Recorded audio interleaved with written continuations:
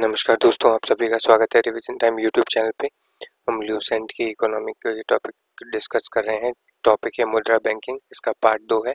पहला क्वेश्चन आ जाता है, भारतीय लघु उद्योग विकास बैंक का मुख्यालय जो आता है वो कहाँ पर स्थित है? तो वो स्थित है लखनऊ में। क्षेत्रीय ग्रामीण बैंक किसके द्वारा प्रायोजित होते हैं?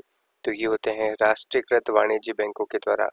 केलकर समिति की सिफारिशों को ध्यान में रखते हुए कोई नया क्षेत्रीय ग्रामीण बैंक स्थापित नहीं किया गया है। कब से नहीं किया गया है? तो ये इसका सही आंसर आ जाएगा अप्रैल 1987 से।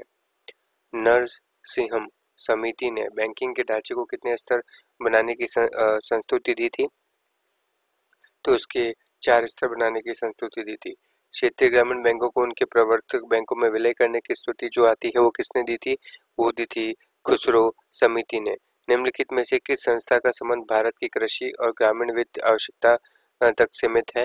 तो इसका सही आंसर आ जाएगा नाबार्ड का संबंध। नरसिंहम समिति किस संबंध में सुझाव केंद्र सरकार को दिया था? तो किसका सुझाव दिया था? बैंकिंग संरचना संबंधी सुझाव दिया था। बीमा वियामक और विकास प्राधिकरण इरेडा, इरेडा का मुख्यालय जो आता है वो कहाँ पर स्थित है? तो वो स्थित है हैदराबाद में। R.N. मल्होत्रा समिति ने किस क्षेत्र से संबंधित सुधारों के लिए रिपोर्ट प्रस्तुत की थी? तो ये की थी बीमा से संबंधित सुधारों के लिए। भारतीय स्टॉक बाजार विनिमय और पर्यवेक्षण किसके द्वारा किया जाता है? तो इसमें कहा जाता है सेबी के द्वारा किया जाता है। भारतीय प्रतिभूति और विनिमय बोर्ड की स्थापना कब की गई थी?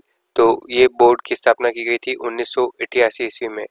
भारतीय प्रतिभूति और विनिमय बोर्ड को किस एक अध्यादेश के द्वारा वैधानिक दर्जा प्रदान किया गया था? तो इस अध्यादेश तो था 1992 के द्वारा। सेबी के कार्य बताने हैं। स्टॉक एक्सचेंज के कार्यों को विनियमित करता है। शेयर बाजार से संबंधित अनुचित धोखाधड़ी से परिपूर्ण व्यापारिक कार्यों पर रोक लगाना, प्रतिभूतियों के अंतर्गत व्यापार को नियंत्रित करना। उपरोक्त इसका सभी आंसर सही आ जाएगा। बुल और बियर शब्दावली का संबंध जो आता है वो स्टॉक मार्केट से संबंधित है। भारत का सबसे पुराना स्टॉक एक्सचेंज का नाम आता है BSE यानी Bombay stock exchange. Bombay stock exchange की स्थापना कब की गई थी? तो ये की गई थी 1875। NSE की स्थापना की संस्तुति 1991 में किस समिति के द्वारा दी गई थी? ये दी गई थी फेरवानी समिति के द्वारा। निफ्टी में किस शेयर का बाजार मूल्य सूचकांक है? तो ये किसका सूचकांक है? NSE का। डो जोन्स क्या है? डाउ जोन्स जो आता है न्यूयॉर्क स्टॉक एक्सचेंज का शेयर बाजार का सूचकांक है डाउ जोन्स। भारत में कागजी नोट मुद्रा को जारी करने का पूर्ण अधिकार किसके पास जो होता है? वो होता है रिजर्व बैंक के पास। भारतीय रिजर्व बैंक का राष्ट्रीयकरण कब किया गया था? वो राष्ट्रीयकरण किया गया था 1949 में। मुद्रा अवमूल्यन के फलस्वरूप होता है क्या होता है? निर्यात व्यापार का प्रसार, आयात व्यापार का संकुचन और आयात स्थापना प्रति का प्रसार। तो इसका सभी आंसर सही हो जाएगा। भारतीय रिजर्व बैंक को खुला बाजार कार्यवाही का अर्थ क्रय और विक्रय है किसका? तो ये आ जाता है सही आंसर सरकारी बॉन्डों का। नेक्स्ट क्वेश्चन आता है, बैंक दर वह दर है जिस पर क्या? RBI वाणिज्य बैंकों को उधार देता है।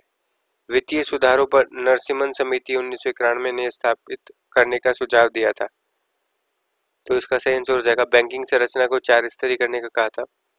और सरकार अर्थोपाय यानी the ways and means advances लेती है। किससे लेती है? RBI से। निम्नलिखित में से किसको वास्तविक मजदूरी यानी वेतन का प्रमुख निर्धारित माना जाता है? तो ये माना जाता है मुद्रा की क्रय शक्ति को। अब यहाँ पे कुछ कथन दिए गए हैं, दोनों कथन में से कौन सा कथन सही है वो बताना है। रेपो दर एक ऐसी दर होती है जिस पर कोई भी बैंक भारतीय रिजर्व बैंक से धनराशि को उधार लेते हैं। ठीक है, कोई भी बैंक। और किसी देश के गिनी गुणांक के एक के मान का अभिप्राय है उस देश की जनता की प्रत्येक की आय पूर्णतः समान है। तो ये जो कथन में जो दोनों ही कथन सही है। निम्नलिखित में से किस वित्तीय वर्ष में भारतीय रुपए का 2 बार अवमूल्यन किया गया था? तो 91 और 92 में 2 बार अवमूल्यन हुआ था। नेक्स्ट क्वेश्चन, 1 रुपए के नोट पर हस्ताक्षर जो आता है वो कौन करता है? वो वित्त मंत्रालय के सचिव करते हैं। इस तरीके से ये टॉपिक यहाँ पे समाप्त होता है। इसका एक और वीडियो आएगा इस टॉपिक का। आप सभी के हाथ में बनाने के लिए बहुत बहुत धन्यवाद।